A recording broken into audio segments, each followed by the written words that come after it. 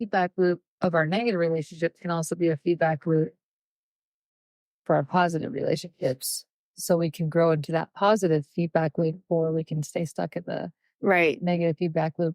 One of the things that was most powerful about what I realized when I sloughed off all of the relationships that no longer served me was my accountability in maintaining those relationships. Because it's easy to say, well, you just are not good for me and get out of here. Right. But there was a reason I was keeping those in my life for so long, and there was something that I needed to learn about myself.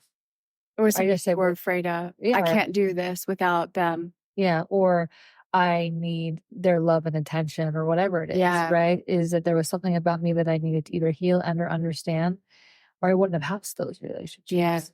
Right. Yeah. A lot of people don't look at that, I think, layer of it. I think it's easy to be like, oh, you're negative for me, get out of here. And that's fine. There's an accountability moment. Why was that relationship in my life anyway? Why did I let that continue in my life when I knew it was so unhealthy? Welcome to Unscripted, your guide to discovering the various options available to you in the integrated and collaborative medicine space. I'm Janine Barandi, and I've been treating patients with acupuncture for 10 years. And I'm Jenny Poole. I'm a trauma specialist and somatic therapist with a passion for psychedelic-assisted psychotherapy. The objective of our podcast is to explore the various care options available.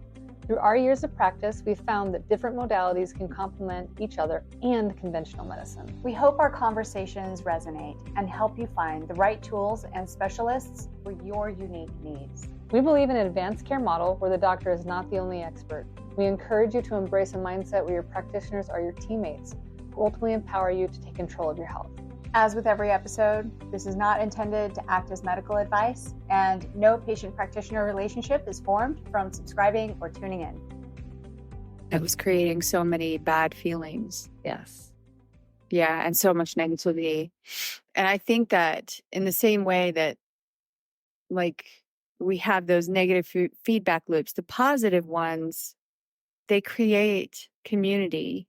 Like there's so much you've acknowledged about being in friendship with me and understanding like that friendship made me kind of take inventory of some other friendships and say, you know what? That friendship is not healthy like this friendship. Right. And this friendship feels really good. So now I have to do the hard work of figuring out, am I going to stay in the friendship that doesn't feel good because I feel like I have all these obligations? Or am I going to go towards this one that offers me so much more opportunity? Right. But in that friendship that I've had with you, I have also seen like, oh my gosh, this is the community. And there was so much momentum that being in friendship with you let me build for myself. That's cool. Within the space of getting bigger and putting myself out there and not being afraid to let other people see me. Yes. The magnificent you. Well, yeah. Yeah. Like be magnificent and celebrate yourself the way other people see you and celebrate you, because it's okay. Yes. And if you have a big light, let it shine and let the naysayers naysay. Yeah. But I say, you need to have a community around that, because Agreed. That feeling of excellence, and it's not being cocky, it's not being, high on yourself. It is a feeling of self-love, a very deep and genuine sense of what you add, what value you add to the lives of others, that needs to be nurtured for a little while. Because it's that hasn't been nurtured. So it's on very shaky ground. That's well said. And then it grows into a very confident place. Yeah. That now can hold space for more. Right. Because at the end of the day, there's no really ceiling on anybody unless you put a ceiling on it. Yeah. And a lot of us have had ceilings put on us for all our lives. And so we doubt when we go out there and we find these friendships that are like, really? Like, we're like little puppy dogs and we're like wagging our tails like, really? You really love me? You're excited about me? Oh my gosh. But it takes one nasty comment to knock us down because that's what we're accustomed to. And then we say, oh my gosh, who am I to think that I'm great? I should have just stayed in my dark little corner where everything was safe. And I didn't have anybody who could damage that fragile sense of amazement that I was building for myself. Yeah. Yeah. To your point, the team of excellence, the community, right, is that sometimes when that feels fragile or it gets rattled, right, you have people that you can lean into, go, hold on a sec, remember who you are, and you go back out there and it's like, oh yeah. Yeah. And then boom, it's back out there versus, oh, let's go back in my little hole. Yeah. Yeah. Yeah. And of course you have to manage that carefully because I think you will have people who just come in for the ego trip and for the victiming.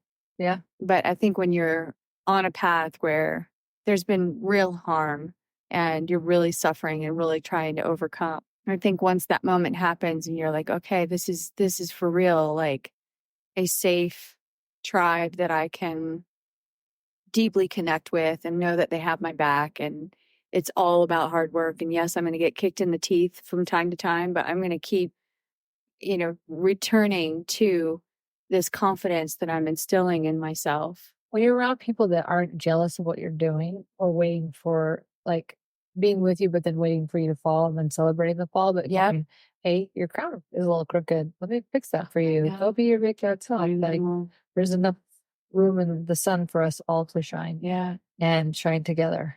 Did you see I think I sent you a couple of things on Instagram, that account with it's all about women empowering women. Yes, I love it. It was so sweet. I found that and I reached out to the gal and I was like, hey, this is so cool. Like, kudos to you. And her message is a sweet one. Yeah. So I think she's building a really beautiful community.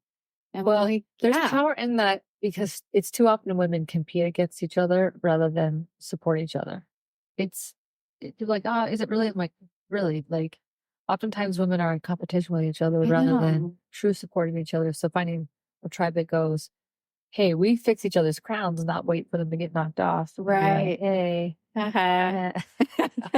You're not that awesome anyways. Right. I was jealous of your awesomeness. It's like, no, be awesome because I can be awesome. You can be awesome. Yeah.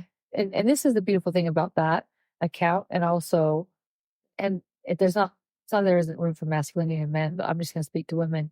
When women can truly celebrate each other, the power of the feminine is so beautiful and powerful, because in the heart of what women do best is nurture.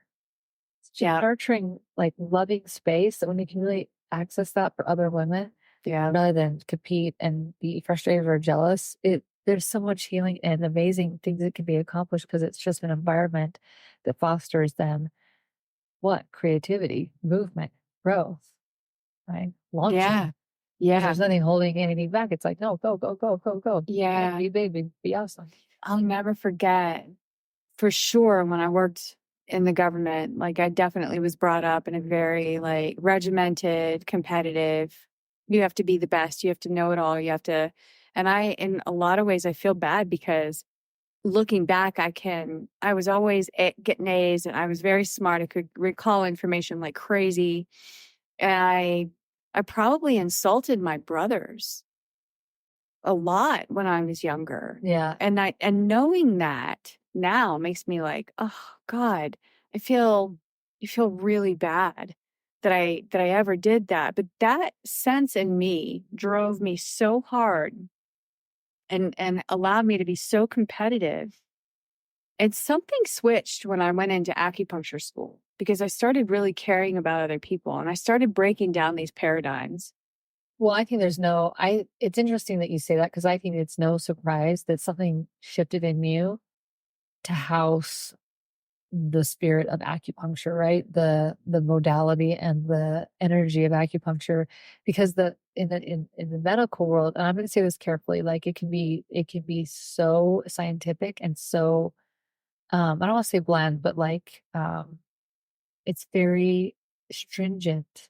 Does that make sense? Yes. And I don't know how much warmth and love is wrapped around the development of that profession, right? Yeah. And so, but Chinese medicine, it's earth, it's air, it's wind, it's water. It's like there's an elemental If you look at the heart of Chinese medicine, I'm not saying that sometimes there's up this other piece, but like there's warmth to that because you're connected to the elements and the movement and the meridians and the energy system.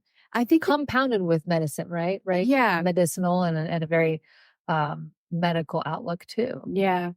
But you are inevitably designed for warmth and nurturing. So stringency would eventually have to shed itself from you because there's just so much love and warmth there. Yeah, for sure. And I think that if you put me in a room with some other acupuncturists that are in town here, they would be like, what's happening? No, you're way too soft and fuzzy. Like this is not Chinese medicine. There's a whole other side of Eastern medicine that is very stringent as well. Yes.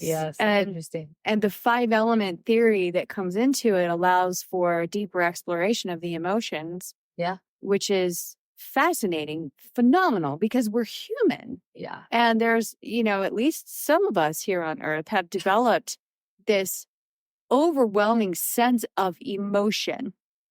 And so to have a medical dialogue around the emotions from a deeply integrated biochemical process is really important when you're talking about the physical body and not just the mind. And refreshing for a host of people that are hungry for seeing me, not just medically, but see me in these other facets. Yeah. And don't dismiss what I'm feeling. Yeah. As well as like the diagnosis, right? It's interesting too, because I think about your competitive nature, and you would have, if you were a heart doctor, but the best heart doctor, if you were a urologist, you ended up saying like, and so it's not like you lost your competitive edge, but when you wrap it around with warmth, it's just coupled with excellence. Like I will be excellent in anything that I do. So then the competitive nature gets to evolve and still have a house, right? Yeah. Still be housed.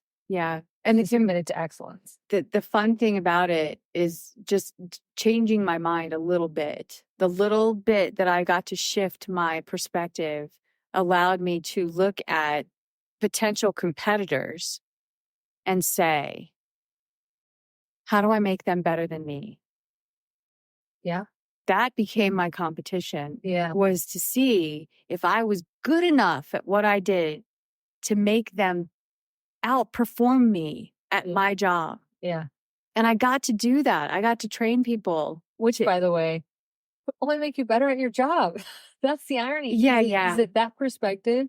This is why I say there's a never under the sun for everyone, because that very perspective would inevitably create people elevating their game. Yeah. As well as that, as you housing that elevates your game. Yeah. And that makes people extremely loyal to you, especially when there's really no gain in it for me. Right. When somebody says, why are you doing this? What's your ulterior motive? Because this existence is full of that shit. Oh my gosh. Now, yeah. Everybody is trying to get one over on everybody else. But when you come into the equation and you say, no, I just want you to be exceptional, because it would be a lot of fun for me to see that happen. Yeah. And I know what it feels like to have this yearning in my soul for meaningful work in this world and to be successful. I know what that feels like. And I want, that's my next project. Like I want that for other people. Yeah. That's what's actually going to make me happy now. And that's what you're creating. Yes. That's so cool. Yeah.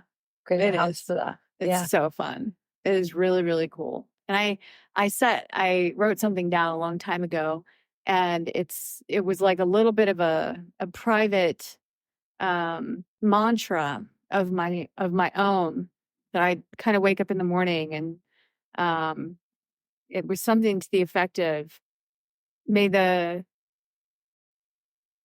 path to success that I create for others become my measure of success. That's cool. That's beautiful. Yeah. Yeah. Because somebody did that for me. Yeah. And when I could see it, and it wasn't in the competitive light, and when I was like, why did you just do that for me? Like, why do you keep showing up for me? I'm a mess. I'm a teen. Like, I'm the equivalent of a teenager, and you keep holding space for, like, why? And he just constantly would come back and just keep your shit together, Barandy. Right.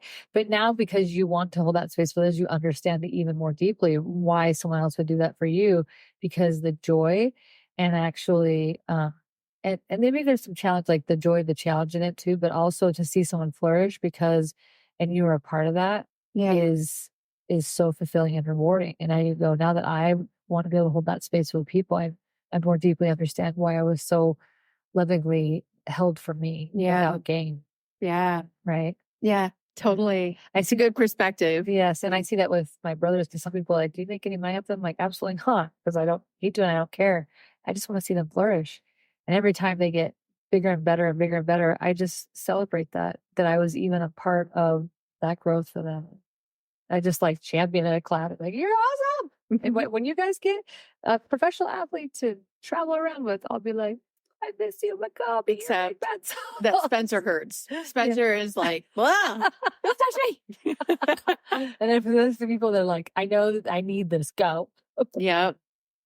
That's so cool though. Yeah. It's good. It's good stuff that's bubbling up. I had a conversation last night with a couple of girlfriends. Uh-huh. And it was really interesting because there were a lot of things that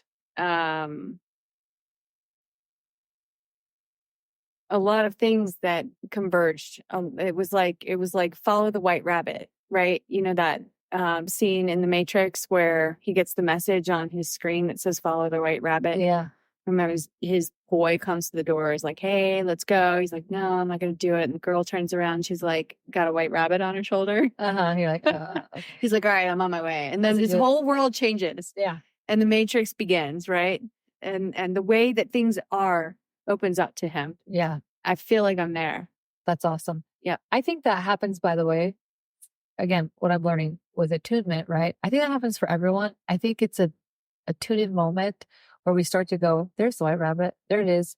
Because I think sometimes we just stay oblivious. I think that the whatever you call it, right? The universe, whatever, is really trying to point us in the directions. Yeah. And then when we start to tune, we're like, because people are like, oh, that's a coincidence. I'm like, there's so much serendipity happening. We're just either tuned into it or we're tuned out to it. And as we tune in, I can't tell you how many times when I started to be like, okay, I'm going to tune in, that I've seen 111, 444, 333. I'm like, okay. Yeah. Yeah. Like, okay. Yeah. I get it. Yep. It's pretty crazy. But I've gotten enough info now to know that this is the direction I need to go. It's interesting because even in like my experience of you, right, in our friendship, is to see, I could see that you were like, okay, I know that there's something more than just this independent work that I'm doing for like one-on-ones. Yeah. And this desire to teach, right? The desire to give, and even the master series, right? The acupuncture videos. And I think it's so amazing that you're letting this place where you're creating a space where you can, as a master teacher, teach, give, and help people thrive. Yeah. I'm so excited. And have people, by the way, that are like, oh, I'll do this, but hungry for, I want to learn from you. Yeah. I want to learn from Joe or Sally. I want to learn from you. Yeah. So how do we make that happen? Yeah. You're like, well, let me see. Yeah. And then you're like, here's how. It was so cool to go down and visit the Longa University. Yeah. It was really like affirming that's what you need to be doing right now. Did you talk to that particular same guy? Mm-hmm. He has a really cool energy about him. He's so sweet. Yeah. And there's everything in me. Cause like, okay, this is the cutest story because Courtney got there. I don't know if you've met Courtney. You told me about her. Oh yeah. You guys, I think you talked. She was. Oh, I think we did. Yeah. Yeah. We just have not met. Yeah. Okay.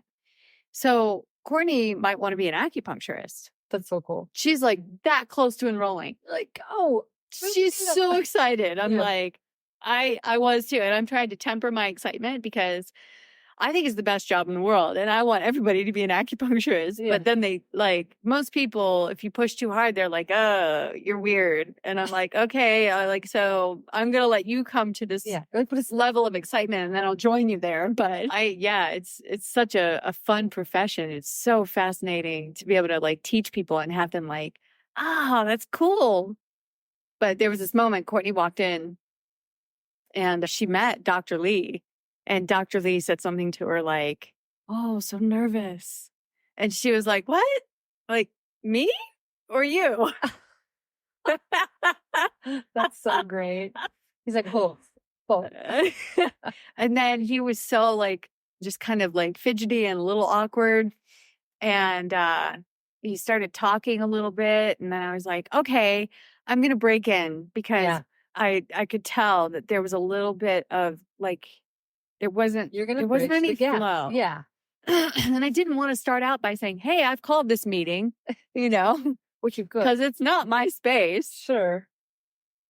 But it was fun to say, like, I think we've got some people here that are interested in something. And this is like very much in its infancy. And this could be a thing. And as long as the stars align, like, let's do it. I think people are excited. Yeah. Like, let's try to build a partnership here. Yeah.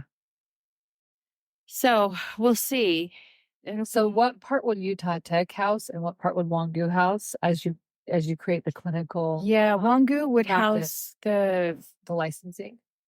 They would house the accredited curriculum. They would have students paying their tuition for the Utah Tech, I think, would house the clinical space, I'm hoping. And I would kind of come in maybe as an employee to, I don't know how it would work out, but there's this where people get their hours. People get my hours. People get their hours shadowing me. And you're signing up. And there's also the opportunity for me to bring them in and say, okay, now you're going to have your own patients. That's cool. And when you graduate, you're going to take those patients with you. And there's your start. There's your little nest egg. And you're only going to grow from there. And if they want to launch as their own business, that's fine. I would also like to create an opportunity for them to franchise. Yes. Especially because I've got the business process down. I've got all of the everything. And it's just like, hey, just a whole patient. You've got the formula. Yeah. So go out there and execute. And have like 8 acupuncturists under you. And then eventually, however many. I don't know if the ceiling is on housing. I know my ceiling is about 12 therapists. And I want to be like, it's no. After that. Yeah. And that's when I'm looking at Jessica for. I'm like, hey, you have so much. And it's funny because she and I just met over at George's, right? She did. She texted me. She's like, do you want to eat at George's? And I told her, give me a copy. And she's like, they can't make what you want. I'm like, just let it go. It's fine. I know. She was having like this. I was like, moment. Tell George's they're late. Get white mochas. I said, she was like, so would it be bad for me to just like get her one with whole milk? And I was like, bad. Beggars can't be choosers when it comes to coffee. Just like show up with something. Yeah. When she was like, I just let it go. I'm like, good. I hope you did. I hope this didn't stress you out. Like, I now feel bad that you asked. Nope. We launched through that together. And she was fine on the other side of it. She had some help. She was like, I thought about going to Starbucks. Everything was fun. I was like, I'm so glad you let it go. Don't be late to your appointment because you're trying to get me right. I was like, I can live without it. The only reason I said yes is because you offered like, it's okay for you to always say, this became too complicated, so I let it go. Yeah. Great. Yeah. It's crazy out there. That's what I encouraged her. I was like, just don't think about this too much. You're like, don't be late for your appointment. Case in point, though, it shows her commitment to goodness. Totally. She's like, oh. She's like, I tried to go to It was like clothes. I was like, oh my God. I wish I'd been like, no, thank you. I know. That was so sweet of you, but no, thank you. Yeah. I know. It was like, what? She wants 2% or whatever it was. It was not fat, but I was like, oh my gosh, I should have just said the thing. I just will take any coffee. I know. I know. Well, now we know Yeah. that we got to be, because she's very literal. And you know what? This is such a good point. With people who are overcoming trauma, Yeah. there's very little wiggle room or middle ground. Yeah. Okay. It's exact. They don't want to fuck up. Yep. You have to be very clear. And if they can't make that happen, there's the risk, the stress of the risk that they're going to disappoint you. Yeah. And they're going to lose you. Yeah. And you can't, that can't happen. Yeah. There has to be. That's so well said, Janine, because I literally, when I was like, I'm so glad you let that go. And it was permission to be like, oh, okay, I'm glad you're glad. I'm like, I'm 100% glad. Yeah. There's that moment, and it's a learning. Yeah. That is the pattern building in action, where you have that moment where, hey, I couldn't get your coffee. It was like a double white chocolate mocha with non-fat milk and in a tall cup with sprinkles on top. Yeah. Shit. I went to 3 coffee shops and I couldn't find it. Don't stop loving me. Yes. Yes. And I was like, you're good. You didn't even have to bring it. She's like, I didn't. Yeah. Yes. It is the scared animal syndrome for sure. You cannot do anything to spook the animal that's just come out of its cage. Yeah. And I did tell her, I was like, growth moment for you for letting that go and just saying, I don't want to be late for my appointment because this is so important to me. And said, way to go. I was like, that's awesome that you did that. Because in the end, I realized the burden that I may have created unknowingly, right? Oh, it was such a good learning moment. And I couldn't respond quickly because I was, in session. And she said that. She was like, well, she's not responding. I was like, honey, she's probably in the middle of a session. Yeah. And I have these breaks here and there where I can be like, no, yes. Yeah. No, son, don't ask me anything right now. Yeah. So I just said, hey, sorry for the delayed response. I was like, sure, whatever. I was trying to give her an opportunity to do something nice. Yeah. I didn't know if she wanted to. Yeah. But at the end of the day, I realized the burden it created for her. Hey, I'm letting this go. She's like, I thought that was a win for me. I'm like, huge win. I was like, good job. She's such a sweetie. She's such a sweetheart. Yeah. How cool. Yeah. And there's none of this you can't read into what I said by the way I said it. You just have to go with the way I said it. And I'm absolutely like, no. Yeah. The way you say something absolutely shapes the next coming moments. For sure. Yes. Okay. Thanks everybody for joining us. And if you want to connect with me, I'm at the acupuncturist _org on Instagram. And if you want to connect with me, I'm at MEND, MEND, mendcounselingcenter.com. And also Jenny, JENNIE _pool, POOL. And that's my Instagram. Thanks. See you next time. Thank you for joining us on Unscripted. I'm Jenny Poole. And I'm Janine Borandi. We hope you found today's discussion as inspiring and insightful as we did. If you have any questions, comments, or stories you'd like to share, we'd love to hear from you. Connect with me on Instagram at The Acupuncturist. And you'll find me on social media at MEND Counseling Center. Until next time, remember that the best gift you can give to those you love is the gift of your own good health.